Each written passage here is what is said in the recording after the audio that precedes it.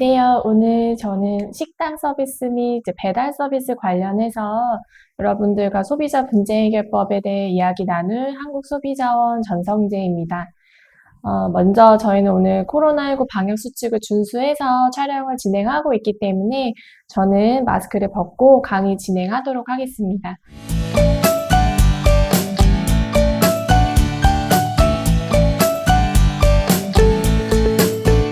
일단 저희 코로나19 말씀을 드리다 보니까 아무래도 이제 코로나19 관련해서 가장 영향을 많이 받은 업종이 저는 이제 식당 서비스도 그렇고 배달 서비스도 해당이 된다고 생각을 해요. 그래서 아무래도 이제 정부의 사회적 거리두기 지침에 따라서 코로나를 이유로 예약 취소를 하시고 그거에 따라서 이제 예약금 환급까지 요구하시면서 이런 부분에 대해서 당연히 어려움이 있으실 수밖에 없다고 생각이 되고 또 그 분쟁 해결에 있어서 쉽지 않은 것은 사실입니다. 그래서 저도 오늘 여러분들과 어떻게 저희가 이런 부분에 대해서 갈등이 발생했을 때 대응을 해야 하는지 또 어떤 예방법이 있는지 이야기를 나눠보려고 해요. 그래서 식당을 오랫동안 운영하시는 분들 중에는 아무래도 저희 소비자원과 통화를 하셨던 사장님 분들도 계실 수 있다고 봐요. 일단은 저희가 민원이 접수가 되었다고 해서 사업자에게 100%다 과실이 있다? 그렇게 보기는 어렵습니다. 소비자분들한테 민원이 접수가 되면 사실 조사를 진행을 하고 있고요. 그리고 특히나 많은 고객들을 상대하시는 과정에서 이러한 민원들은 다 자연스럽게 따라올 수밖에 없다고 생각이 들어요. 그리고 저희 소비자원에서도 최근에 이제 인터넷으로 민원을 접수하는 방법이 새로 생겼거든요.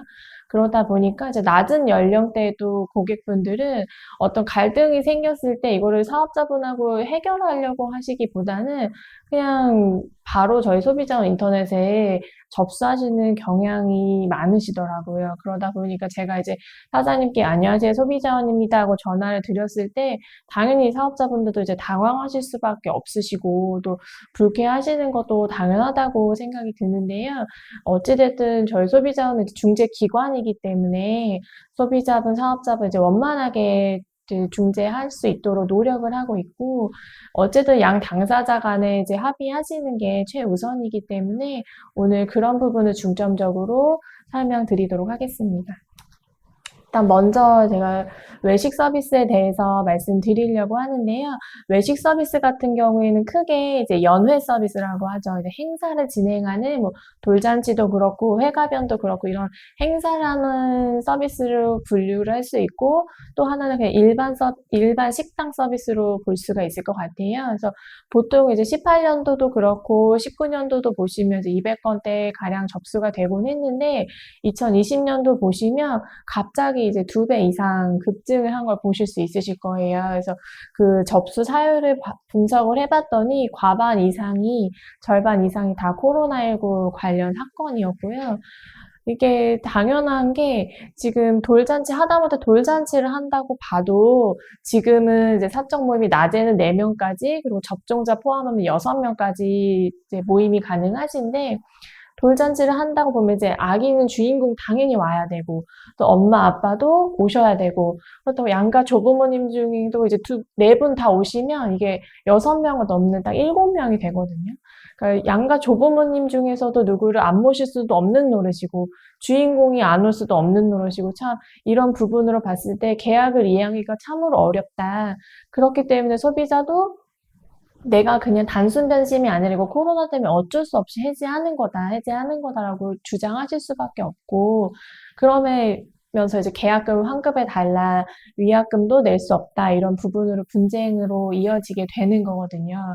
그렇기 때문에 사업자분들 입장에서도 사실 이게 코로나19가 어떤 누구의 잘못이라고 볼 수는 없는 거기 때문에 참 저희도 중재하는 입장에서 소비자분 입장도 이해가 되고 사업자분 입장도 이해가 되는 그런 상황인 것 같아요. 그래서 주요 어떤 유형이 접수가 되냐라고 보면 아무래도 계약 제가 말씀드렸던 이제 코로나 때문에 계약을 할 수 없는 사유가 가장 많다고 보시면 되고요. 그리고 그 다음에 이제 품질 관련해서는 간혹 가다가 이제 음식물 섭취하시면서 이물질이 나왔다거나 아니면 본인의 물건을 분실했다거나 이런 사건들도 접수가 됩니다. 그리고 부당행위에 대해서는 뭐 사업자분들이 결제를 실수했을 때, 오결제 하셨을 때, 또는 뭐 식사권을 만약에 구입을 하시면 그 유효기간 여부를 안내받지 못했다. 이런 내용들이 포함되어 있기도 하고요. 그리고 마지막으로 이제 안전 같은 경우에는 정말 사고라고 보시면 될 것 같아요. 뭐 탈이 나는 뭐 장염, 식중독, 뭐 미끄러지는 사고 이런 분들이 안전을 이유로 접수했다고 보시면 될 것 같습니다. 그리고 그 다음은 이제 배달 서비스인데요. 배달 서비스는 사실 이전에는 정말 접수권이 없었어요. 그런데 이제 코로나가 장기화되면서 거의 배달 서비스를 이용하다 보니까 지금 뭐 5천만 저희 한국 국민 중에 절반 이상이 배달 앱을 설치했다는 이야기도 나올 정도로 민원 건수도 점점 증가하고 있거든요.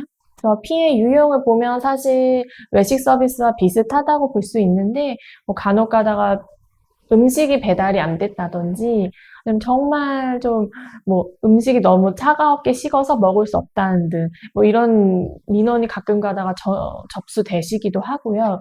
그리고 가장 이 배달 서비스 관련해서 이슈라고 보는 거는 제가 사건 처리하면서 이 리뷰에 대한 게 굉장히 민감하게 반응하실 수밖에 없다고 생각이 되더라고요. 소비자분들이 이런 무슨 분쟁이 발생했을 때 요즘에 너무 편리하게 본인의 의사를 이제 배달 앱이라든지 뭐 온라인이라든지 이런 부분을 통해서 리뷰를 남길 수 있는 시스템이다 보니까 이 리뷰가 당연히 이제 영업에 영향을 미칠 수밖에 없으셔서 사업자분들께서도 이 리뷰 삭제를 전제 조건으로 이제 소비자와 합의를 원하시는 경우가 많고 또 그렇게 합의가 되시는 경우도 많거든요. 그래서 이 배달 서비스 관련해서 리뷰도 굉장히 문제 해결의 관건이 된다라고 볼 수 있을 것 같습니다. 그리고 이제 법률을 설명드리려고 하는데요. 이게 뭐 어렵게 설명드릴 필요는 없을 것 같고 저희가 사건을 처리하면서 사업자분들에게 가장 이제 많이 설명드리는 법률을 몇 가지 설명드리려고 하거든요. 그래서 이게 식당 서비스는 해당되기는 어려우실 것 같고요. 보통 이제 연회 서비스, 이제 돌잔치나 회가변 같은 경우에는 보통 계약서를 작성하시다 보니까 이 계약서를 작성하실 때는 명확하게 소비자분들한테 고지를 하실 의무가 있다고 볼 수 있거든요. 그래서 보통 사업자분들께서도 이제 보험 가입을 하시면 빨간색 글씨로 중요한 약관을 써 있거나 아니면 뭐 형광펜도 표시를 해 놓거나 굵게 써 있거나 크게 써 있거나 이런 부분을 확인하셨을 거예요. 그래서 이 계약서를 작성하실 때도 마찬가지로 환급 규정이라든지 뭐 유효 기간이라든지 이런 부분, 주요 약관 부분이 있으시면 크게 표기를 하시고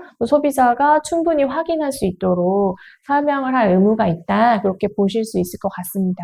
그리고 이제 제6조랑 제9조를 보시면 소비자에게 불리한 약관 같은 경우에는 효력이 없다, 무효다라고 기재가 되어 있거든요. 그러니까 보통 저희가 적용을 할 수 있는 부분은 뭐 환불 불가, 아예 뭐 중도 해지가 안 됩니다. 라든지 뭐 환불이 안 됩니다. 또는 위약금이 뭐 정말 과반 이상의 그런 과도한 경우라든지 이런 약관 같은 경우에는 계약서에 사업자분이 명시를 하시고 소비자에게 설명을 하시고 소비자가 서명까지 했다고 하더라도 이 약관 자체가 너무 부당하게 불리한 약관이기 때문에 효력이 없다, 무효다라고 볼 수 있다고 설명드릴 수 있을 것 같아요. 이렇게 보통 저희가 제3조, 6조, 9조 이렇게 많이 설명을 드리고 있고요. 그 다음에는 식중독도 그렇고 치아 파손도 그렇고 뭐 신발 분실도 그렇고 제가 민법 관련해서 설명드리기도 해요. 그래서 제390조를 보시면 사업자 보통 채무자라고 하면 제가 사업자라고 지금 설명드리도록 할게요. 고의나 과실이 있을 경우에는 제750조에는 또 고의로 과실이 확인이 되면 손해배상의 책임이 있다라고 민법에 명시가 되어 있기 때문에 저희가 사건 진행하면서 사업자에게 과실이 있다라고 보면 이제 손해배상의 책임이 있습니다라고 말씀드릴 수 있다고 볼 수 있고요. 그리고 이제 식품위생법 같은 경우에는 제16조를 보시면 이건 아무래도 식중독 관련해서 많이 저희가 설명드리곤 하는데 소비자분들이 이제 식중독이든 뭐 장염이든 뭐든지 이제 주장을 하시려면 본인이 이제 위생검사를 요청하실 수 있거든요. 뭐 보통 이제 담당 보건소에 요청하시곤 하는데 어쨌든 요청하실 수 있는 권리가 법적으로 명시되어 있다. 이렇게 보실 수 있을 것 같습니다. 그리고 이제 저희가 소비자 분쟁 해결 기준이라고 이제 공정거래위원회에서 소비자와 사업자 간에 이제 분쟁이 발생했을 때 분쟁을 해결할 수 있도록 하는 해결 기준을 명시한 그런 책이에요. 저희가 이 소비자 분쟁 해결 기준을 토대로 사업자분들한테 많이 권고를 드리고 있거든요. 그래서 여기서도 이제 업종을 나눠서 기재가 되어 있는데 아까 제가 설명했던 것처럼 뭐 돌잔치든 회가변이든 이런 부분은 이제 연회시설 운영업이라고 해서 1개월 이전에는 계약금을 환급하도록 하고 있고요. 1개월 이전에 소비자가 계약 해지 요청하시면 계약금 환급하도록 하고 있고 또 7일 이전에는 계약금을 위약금으로 그러니까 계약금은 그냥 소멸된다라고 보시면 되고요. 7일 전 이후 그러니까 예약일로부터 좀 더 가까워졌을 때는 계약금은 당연히 소멸이 된다고 보고 또 소비자가 총 이용 금액의 10% 배상 총 견적액이 있으실 거예요. 총 견적액의 10%를 적정 위약금으로 그렇게 기재를 하고 있습니다. 그리고 이제 그 다음으로 이제 연회시설의 외식업이 있는데요. 이거는 이제 일반적으로 식당 서비스라고 보시면 되시고요. 이제 예약 보증금 같은 경우에는 간혹가다 요즘에 이제 워낙 프라이빗 식당이라고 해서 예약 보증금을 일정 부분 받으시고 예약을 진행하시는 식당분들이 많으시거든요. 근데 이제 적정 그 예약 보증금 금액은 총 이용 금액의 10%로 이제 명시는 되어 있어요. 그리고 그 예약금이 뭐 별도로 지불하고 식사비는 또 따로 지불하고 이런 건 아니고 총 이용 요금에 그 예약금은 포함이 되는 거다라고 보시면 되고요. 그리고 가장 중요한 게 예약금이 있는 식당 사업자분들은 꼭 예약금에 대해서 소비자분들한테 충분히 설명하실 필요가 있어요. 얼마 정도의 예약금이 발생을 하고 또 만약에 뭐 예약금 환급 규정이 별도로 자체적으로 있으시다면 그 규정에 대해서도 충분히 고지를 해주셔야 되는데 이게 보통 그냥 전화상으로 안내를 하시거나 이렇게 진행이 되면 소비자분들이 저 전화로 못 들었거든요. 이렇게 주장하시는 경우가 많아요. 본인은 못 들었다 이렇게 되기 때문에 저희는 가능한 이제 문자나 이런 식으로 남겨져 있을 수 있는 입증 자료로 예약 보증금 관련해서 사전 고지하실 것을 요청드리고 있습니다. 그렇기 때문에 이제 고지를 하지 않을 경우에 이제 예약금 환급 한도로 나와 있긴 하는데 어쨌든 가장 중요한 거는 소비자한테 말씀하실 필요가 있다는 거, 또 말씀을 떠나서 문자 등으로 남겨놓으실 필요가 있다는 점 기억하시면 좋을 것 같아요. 그래서 식당 같은 경우에는 이제 연회시설과 달리 기간이 많이 짧아요. 그래서 이용 예정일로부터 1시간 이전에 계약을 해지하면 예약금을 환급하도록 하고 있고요. 1시간 전 이후, 이거는 그냥 예약 부도인 거죠. 그냥 예약 취소, 노쇼이기 때문에 이건 그냥 예약 보증금은 소비자가 청구할 수는 없습니다. 받으실 수는 없고요. 소멸된다고 보시면 될 것 같습니다. 그래서 제가 초반에도 이제 돌잔치 이야기를 말씀드렸는데 돌잔치는 정말 많이 접수가 됐고 저희도 지금까지도 계속 접수가 되는 유형이거든요. 근데 이제 이거는 어떤 사례로 보시면 되는데 작년 사건이에요. 작년 사건이고 계약금 30만 원 가량 지급을 하셨는데 작년 연말에도 이제 집합금지 명령이 있었거든요. 행정 명령이 있어서 소비자분이 이제 계약 해지를 통보했고 사업자한테 근데 이 계약서 내용 중에 계약금은 환급 불가라는 약관이 있었어요. 그래서 이제 체크 포인트를 보시면 사업자는 어차피 그 환급 불가 약관이었기 때문에 환급이 안 된다라고 답변을 하셨던 내용이고요. 체크 포인트를 보시면 일단 이 소비자의 고객의 행사 예정일이 사회적 거리두기에 포함이 되었느냐 이 사건은 포함이 되었던 사건입니다. 집합금지였기 때문에 사회적 거리두기 3, 4단계에 준한다고 보실 수 있고요. 그리고 계약서 환급 규정에 환불 불가 약관이 있었느냐 네, 약관이 있었고요. 그리고 또 중요한 게 이 계약금이 얼마의 비중을 차지하고 있느냐인데 지금 총 견적이 135만 원 가량인데 계약금은 그 10%를 넘는 30만 원에 달했거든요. 그래서 저희 소비자분쟁조정위원회 조정 결정 내용을 보시면 일단 예약금 자체는 총 비용의 10%를 넘지 않도록 한다. 그렇기 때문에 이 예약금에 대해서는 13만 5천 원에 대해서만 인정을 할 수 있다라고 결정을 주셨고, 다만 소비자가 거의 이용 예정일로부터 7일 이전에 거의 예정일 직전에 해제를 하셨어요. 그 집합금지 명령 나고 나서 바로 해제를 하셨는데, 그러면 이제 소비자 분쟁 해결 기준에 따라서 계약금은 소멸되고 소비자분이 총 비용의 10%를 위약금으로 배상을 하셔야 되는데, 또 여기서 예외적으로 그 위약금 감면한 아까 설명드렸던 부분을 적용해서 어쨌든 정부의 그 집합금지 명령에 따른 계약 해지이다 보니 위약금의 40%는 감경을 해야 된다라고까지 이야기 결정이 나왔는데, 최종적으로는 이 코로나19라는 그 계약 해지의 사유가 소비자의 귀책 사유도 소비자의 잘못도 사업자의 잘못도 아니다. 그렇기 때문에 이제 조정의 취지를 살려서 원만하게 합의할 수 있는 방안을 모색을 해서 계약금의 50%만 사업자가 환급하도록 한다. 이렇게 결정이 났던 사건이거든요. 근데 사실 이거는 2020년도 사건이었기 때문에 지금과는 또 결정이 다를 수는 있어요. 왜냐하면 지금 현재 돌잔치 같은 경우에는 정부에서 아예 돌잔치도 사적 모임의 예외로 보지 않고 있거든요. 그렇기 때문에 사적 모임의 예외로 보지 않기 때문에 실질적으로 행사 진행이 불가하다고 보고 있어서 저희 쪽에서는 지금 현재 상황에서는 돌잔치 건이 접수가 되면 계약금을 환급하실 수 있도록 권고는 드리고 있습니다. 일단 권고는 드리고 있지만 어쨌든 저희는 원만하게 양 당사자 합의하시는 게 최우선이시기 때문에 어느 정도 조정의 여지가 있으시면 소비자분, 사업자분, 양 당사자분이 그 중재점을 찾아서 합의하실 수 있으시다고 보시면 될 것 같아요. 그리고 그 다음에는 이제 신발 분실 사건인데요. 이게 은근히 신발 분실이 자주 접수돼요. 아마 식당 하시는 분들은 한두 번쯤은 경험 다 있으실 거라고 보시는데 대부분의 분들은 막 좀 오늘은 운수가 좋지 않았다 하고 넘어가실 수도 있지만 또 이렇게 민원을 접수하실 수도 있거든요. 근데 민원을 접수하시면 이게 또 최종 결론적으로는 소비자, 사업자 다 규칙 사유가 있는 걸로 보실 수가 있어요. 그래서 그냥 이거 정말 운이 나쁘게 신발을 잃어버린 건데 왜 책임이 있을까라고 보실 수 있다면 제가 지금 좀 설명을 드리도록 하겠습니다. 지금 이 소비자분도 식당에서 신발을 분실하셨는데요. 일단 신발이 언제 구입했는지, 얼마의 신발인지 소비자가 입증 자료가 있는 게 또 중요합니다.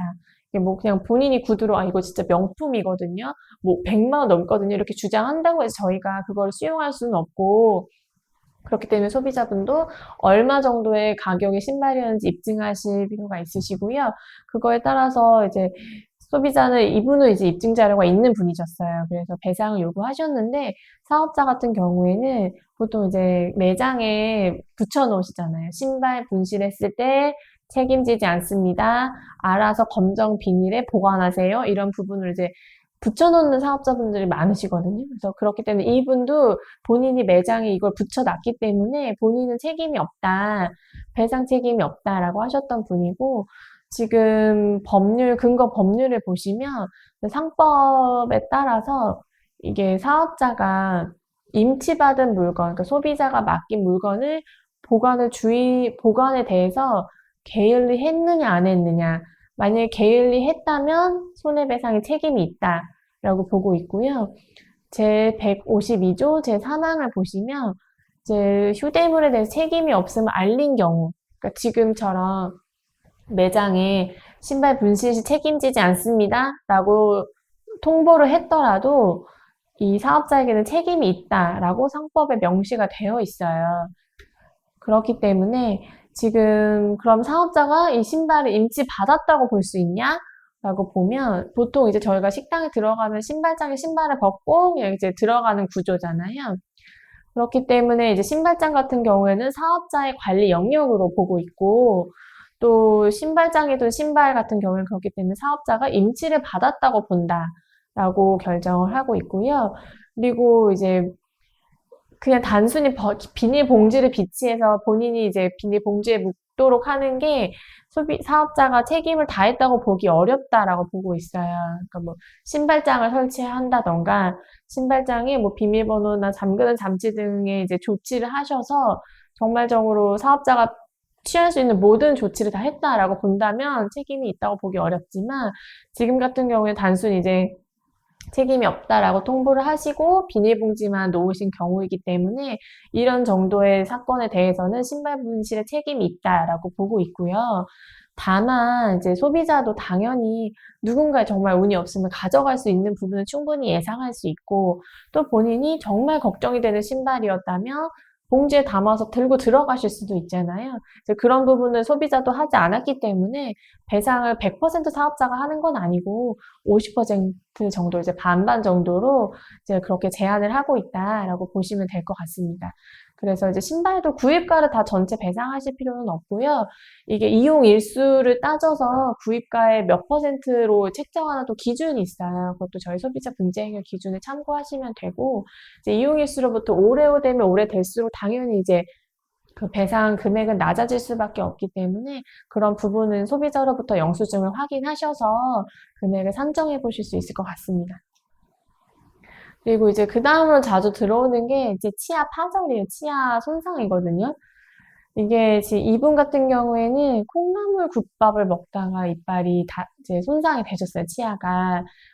이제 이분 같은 경우는 이물질이 콩나물 국밥 중에서 나온 건데 지금 그래서 이제 손상이 돼서 바로 임플란트 시술을 받으셨고 근데 임플란트 시술 비용이 좀 고가다 보니까 140만 원 가량을 청구하신 거예요. 그래서 사업자분이 이제 너무 비용이 과다하다 보니까 이제 거부를 하셨던 사건인데 지금 처리 포인트를 보시면 이물질의 출처를 같이 확인했는지 여부도 되게 중요하시고요.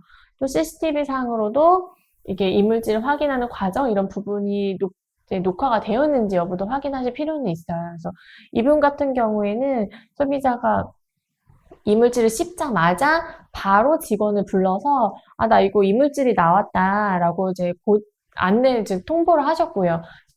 당사자가 현장에서 같이 확인을 하셨어요. 그다음에 소비자가 나 이제 이것 때문에 이빨이 다쳤으니 병원을 가겠다라고 통보를 하셨고 치료를 받아서 또 정말 치과로부터 소견서를 받으셨고요. 충격에 의한 파절임을 확인을 하셨기 때문에 이 사건 같은 경우에는 민법상 과실 있음을 인정을 하고 이제 배상 책임이 있다라고 나왔는데 다만 그 책임 범위가 소비자가 좀 연령이 높으신 분이셨거든요. 그러니까 본인이 원체 치아가 약하실 수도 있는 부분인 거를 감안을 할 필요가 있고 또 본인이 섭취하실 때 또 주의를 해야 될 필요도 있는 거고 그런 부분을 감안해서 총 치료비 100%다 배상할 필요는 없다고 나왔고요. 60% 정도로 이제 중재를 해서 결정이 난 사건이었습니다. 그러니까 치아 파절 사건이 발생을 하시면 같이 소비자랑 이물질을 확인하셨는지 또 소비자 연령대가 높으신지 이런 부분을 확인하실 필요는 있을 것 같아요. 그리고 그 다음에 또 사건은 이분은 이제 제육볶음을 먹다가 이빨이 이제 손상된 사건이신데 오돌뼈 때문에 이빨이 다쳤다는 분이셨어요. 그래서 바로 이분도 이제 보철 치료를 받으셨고 배상을 청구하셨는데 이 이물질이라는 게 뭐냐라고 하면 사실 음식이 아닌 정말 이물질인 거거든요. 근데 이분 같은 경우에는 오돌뼈는 돼지고기의 일부이기 때문에 이물질로 보기가 어렵다. 이렇게 볼 수가 있고요. 통상적으로 뭐 제육볶음 할 때 그런 오돌뼈들 다 제거해서 나가진 않잖아요. 뭐 LA 갈비도 그렇고 뼈가 있는 채로 조리되는 음식이기 때문에 소비자도 충분히 여기에 뼈가 있는 거를 인지하시고 또 섭취에 주의를 기울이셔야 할 필요가 있는 거거든요. 그렇기 때문에 이제 치아 손상에 대한 책임이 일부 소비자에게 있다라고도 보기도 했고요. 그렇기 때문에 결국에는 저희 분쟁조정위원회에서는 뭐 오돌뼈 자체가 이물질도 아닐 뿐더러 소비자도 주의를 게을리했기 때문에 배상 책임이 없다라고 그렇게 결정이 났고 유사한 판례, 그러니까 법원 판례를 보시면 뭐 돼지고기, 불고기, 이제 연골 같은 경우에도 연골을 씹다가 치아가 파절됐다고 하더라도 연골 자체가 이제 돼지고기 일부이기 때문에 이물질로 볼 수가 없고 또 소비자도 당연히 연골이 있었다고 충분히 예감할 수가 있기 때문에 이런 부분에 대해서 사업자에게 책임이 없다라고 판례까지 있거든요. 그래서 향후에 만약에 고기 관련해서 판매하시는 사업자분들이면 이런 고기의 성분으로 인한 치아 파절은 배상 의무가 없다 이렇게 보시면 될 것 같아요. 그래서 제가 계속 치아 파절 말씀드리는데 정말 많이 접수가 돼요. 의외로 많이 접수를 하시거든요. 그리고 지금 이분도 갈비탕을 드시다가 그 갈비 뼈 조각 때문에 치아가 부서지신 거예요. 근데 이분 같은 경우 좀 특이한 게 치아가 부러졌는데 매장에서 사업자에게 통보를 안 하시고 그냥 본인이 뭐 볼 일이 있었다는 이유로 바로 그냥 나가셨어요. 아무 말 없이 본인의 치아가 아프다는 말 없이 그냥 나가셨다가 다시 그날 오후에 방문하셔서 나 사실 오늘 점심에 여기서 갈비탕 먹었는데 이빨이 다쳤다라고 그때서 얘기를 하신 거예요. 그래서 이제 다음날 이분이 또 치료를 받고 치료를 받긴 받으시고 또 임플란트 비용을 사업자한테 청구하신 사건이셨는데 처리 포인트 보시면 어쨌든 이분은 사고 당시에 사업자한테 통보를 안 하셨어요. 그냥 나가셨거든요. 이런 부분에 대해서는 소비자에게 당연히 그 당시에 치아가 손상이 된 건지 아닌지를 확인하기 어렵기 때문에 사업자한테 책임이 있다고 보기가 어렵고요. 또 이전에 말씀드렸던 것처럼 갈비뼈 자체는 갈비탕의 성분이 갈비탕 일부이기 때문에 이물질로 보기 어렵습니다. 그래서 이분 같은 경우에도 최종 조정 결정을 보시면 이 사고가 지금 12시에 식사를 하고 나가셔서 4시에 다시 오셨기 때문에 그 사이에 또 뭘 드셨는지는 모르는 거거든요. 그렇기 때문에 사업자에게 책임이 있다고 단정하기가 어렵고 또 갈비탕은 통상적으로 다 뼈를 함께 이제 음식을 서빙하시기 때문에 이게 충분히 뼈가 있는 걸 인지하시고 섭취를 하실 수밖에 없어서 이거 섭취 부주에 따른 소비자의 잘못이다. 이건 사업자에게 규칙 사유가 없다라고 결정이 난 사건입니다. 그리고 그 다음에 이제 많이 접수가 되는 게 식중독이에요. 이제 여름이 사실 지금은 지나가기 때문에 많이 접수가 이제 조금씩 줄어들고는 있는데 저희가 이제 올해도 여름에 이제 김밥 관련해서 이슈가 굉장히 컸잖아요. 그래서 식중독은 매년 이제 여름 시즌, 봄, 여름 시즌 되면 꾸준히 접수가 되는 유형이거든요. 그래서 지금 이분 같은 경우에도 햄버거를 구입하시고 나서 이제 구토, 발열, 이제 식중독 증세를 보이셨고 응급실에 방문을 하셨어요. 그래서 이제 응급실 방문한 진료비, 치료비에서 치료비 7만 원을 이제 처음에는 요청하셔서 사업자가 치료비는 지불을 하겠다, 배상을 하겠다라고 하셨는데 지금 위자료까지 얘기하시면서 400만 원을 요구하신 사건이에요. 근데 이 사건을 보시면 먼저 이제 처리 포인트를 보시면 이분이 위생검사 결과가 어땠는지 확인하실 필요 있고요. 진단서가 있으신지 그리고 햄버거를 다 드시지 않았다면 그 잔여 제품이 있다면 그 부분에 대한 성분 조사가 가능한지 그리고 이분뿐만 아니라 다른 분들도 동일한 식중독 증상을 발현하셨는지 여부를 확인하셔야 돼요. 그래서 조정 결정에서도 이분이 이제 응급실을 방문해서 식중독은 이제 진단을 받았지만 햄버거를 섭취한 이전, 이후에 어떤 음식을 또 먹었는지는 모르는 일이다. 그리고 이분이 이제 보건소에 이제 위생 검사를 진행을 하셨는데 해당 매장에서 위생상에 이제 문제가 나오지는 않았어요. 그리고 이분이 어쨌든 햄버거가 이 한 사람한테 판 건 아니잖아요.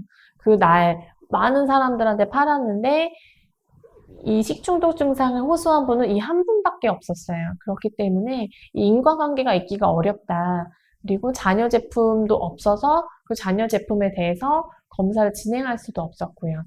그래서 지금 최종적으로 보면 이 매장에 대해서 위생상의 문제가 있다고 인과관계를 확신할 수가 없기 때문에 일단 위자료는 인정하지 않았고요. 다만 그 치료비에 대해서는 인정을 해서 7만 원 지급하고 사건 종결된 내용입니다. 그리고 그 다음에 이제 식중독도 유사한 사건인데요. 이제 회 종류도 아무래도 날 음식이다 보니까 많이 접수가 되시는데, 회덮밥을 드시고 나서 이제 발열 탈수로 이제 응급실을 방문하셨고, 이분도 이제 치료비는 이제 16만 원 가량 교통비 나왔는데, 또 이분도 이제 위자료 개념으로 손해배상을 150만 원 가량 요구하신 분이세요. 그래서 이 사건도 사실 같이 보셔야 되는 게 다른 소비자분들도 똑같이 식중독 증세가 있었는지 여부가 중요하시거든요. 그래서 저희 분쟁조정위원회 조정 결정을 보시면 이분이 또 회덮밥을 먹으신 이후에 그 이후에도 식사를 2번 정도 더 하셨기 때문에 정확하게 회덮밥 때문인지는 사실 인과관계가 확실하지 않다. 이렇게 보고 다만 이제 이분들이 이제 단체 식사를 하셨던 모양이에요. 20명가량 동행인이 있었는데 그중에 또 9명이 또 동일 증상이 있으셨던 거예요. 그래서 그렇다면 이 매장에 대해서 좀 문제가 있을 것 같기도 하다라고 볼 수가 있고 그래서 이제 치료비에 교통비 다 합산해서 약 20만 원 가량 인정해서 배상하도록 했고요. 다만 이분은 이제 위자료를 청구하셨는데 어쨌든 이분이 근무를 다 마치고 응급실에 가시기도 했고 이 식중독으로 인해서 소득이 줄었다고 보기는 어렵기 때문에 위자료는 인정하지 않고 사건이 종결되었습니다. 그리고 이제 식중독하고 이제 유사하게 이제 장염도 자주 접수가 되는데요. 이 소비자분은 이제 에그 토스트를 드시고 복통 설사를 호소하셨는데 다음날 이분도 결국에는 응급실 가셔서 치료 받으시고 또 이제 치료비까지 청구를 하셨어요. 근데 이 분도 이제 처리 포인트를 보시면 위생 점검 결과가 어땠는지 그리고 이제 직접 사업자가 제조를 했는지 그리고 동일한 증상이 있는 다른 소비자가 있는지 여부를 확인을 해보셔야 되거든요.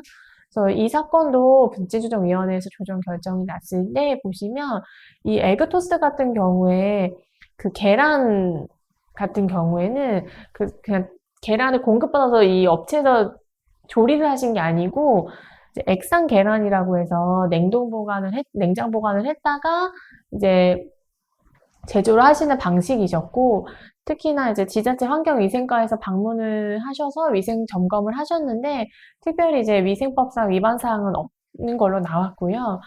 그렇기 때문에 지금 소비자뿐만 아니라 만약 다른 그러면 피해자도 발생을 해야 되는데 이 소비자 말고는 이제 총 607개 그 유사한 기간 607개 에크토스커트를 판매했음에도 다른 피해자가 발생하지 않았었어요. 그래서 자, 이걸로 봤을 때 인과관계가 있다고 보기 어렵다라고 판단을 했고 결국에는 사업자에게 배상 책임이 없다.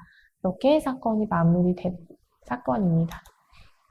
그리고 이제 그 다음은 이제 식품 표기 관련한 사건이거든요. 이제 아무래도 배달 같은 경우에는 저희가 배달 앱에 있는 그 판매 상세 페이지에서 내용 확인하고 주문을 하시잖아요. 근데 이분은 특이하게 이제 햄버거를 구입을 하셨는데 이 매운맛에 대한 고지가 없었다. 그래서 원래 이제 본인 자녀를 먹이려고 주문을 한 건데 매워서 못 먹었기 때문에 환급해 달라. 만약에 매운맛이면 너네가 뭐 맵다라든지 뭐 요즘에 뭐 고추 그림 그리기도 하고 이런 표기를 해야 되는 거 아니냐 이런 식으로 민원 접수하신 사건이었어요. 그래서 이 사건에 대해서 조정 결정 내용을 보시면 일단 햄버거 성분 표시 중에 매운맛을 표시할 의무는 사업자에게 사실상 없습니다. 그리고 이 맛에 대한 거는 굉장히 주관적인 부분이기도 하고, 이 매운맛에 유발할 수 있는 원인이 이제 고추도 있고, 마늘도 있고, 후추도 있고, 이제 다양한 성분이 있기 때문에 이걸 다 표시할 수도 없을 뿐더러, 지금 현행 규정상 사업자가 매운맛에 대해서 표기할 의무가 없어요. 그렇기 때문에 이 사건에 따르면 이제 사업자가 소비자한테 구입과 환급을 할 의무는 없고요. 그냥 그렇게 설명을 하고, 종결됐다고 보시면 될 것 같습니다. 향후에 만약에 소비자가 매워서 못 먹었다. 왜 너네 표기해야 되는 거 아니냐 하시면 매운맛을 표기할 의무는 없다라고 설명하시면 될 것 같아요. 물론 뭐 정말 매운맛 음식이 있다면 표기하시면 조금 더 원활하게 분쟁을 마무리하실 수 있을 것 같고요. 그리고 다음 사건 같은 경우에는 이것도 이제 배달 관련해서인데 사진과 다르다라는 내용이거든요. 이거는 이제 김치찌개 사건이었는데 보통 저희가 요즘에 이제 통돼지고기 김치찌개라고 해가지고 찌개에 통돼지고기가 이제 통삼겹살이 딱 들어가 있는 김치찌개가 있잖아요. 그래서 소비자는 어플에 그렇게 표기가 되어 있어서 통돼지고기 사진이 있었다. 그렇기 때문에 본인 주문을 했다. 통돼지고기인 줄 알고.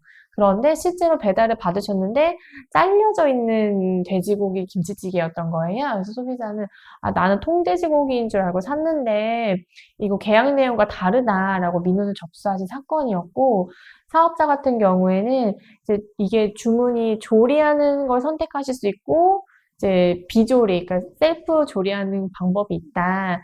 완성된 조리 김치찌개 같은 경우에는 이제 잘려져 있는 돼지고기가 나가고, 만약에 비조리한 경우에는 셀프 이제 끓여야 되는 김치찌개에만 통 돼지고기로 배달이 된다라고 주장을 하셨는데, 지금 그런 내용이 사실 어플상에는 나와 있진 않았거든요.